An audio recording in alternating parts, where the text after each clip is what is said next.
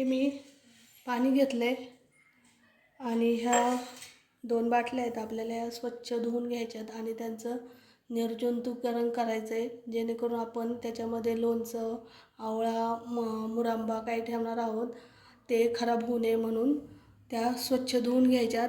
आणि हे पाणी येतात आपण गरम करून घेऊया. हे पाणी तोपर्यंत ह्या बाटल्या मी स्वच्छ धुवून घेते. ह्या बाटल्या मी स्वच्छ धुवून घेतल्यात. आता पाणी गरम करायला ठेवले, त्याच्यामध्ये मी हे अशा बुडेल इतपत ठेवणारे पाणी, ही पण अशी बाटली ठेवणार आहे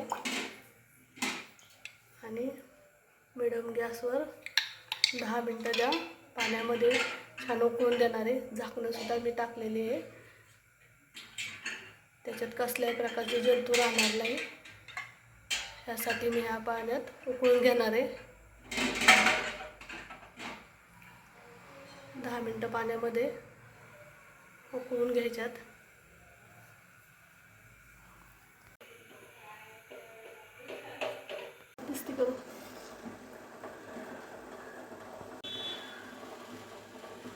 हे आपलं पाणी उकळलेलं आहे, छान बाटल्या ह्याच्यामध्ये निर्जंतुकीकरण झालेलं आहे. आता हे आपण गॅस बंद करून घेऊ आणि झाकण ठेवून देऊ. पाणी नॉर्मल झाल्यावर आपण बाटल्या काढून सुकायला ठेवूया.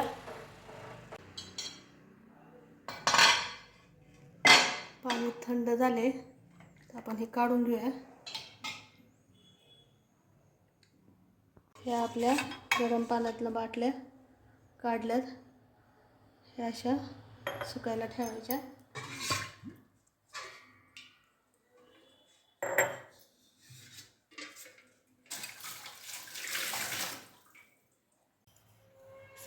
एका साईडला आपण सुकायला ठेवून देऊया.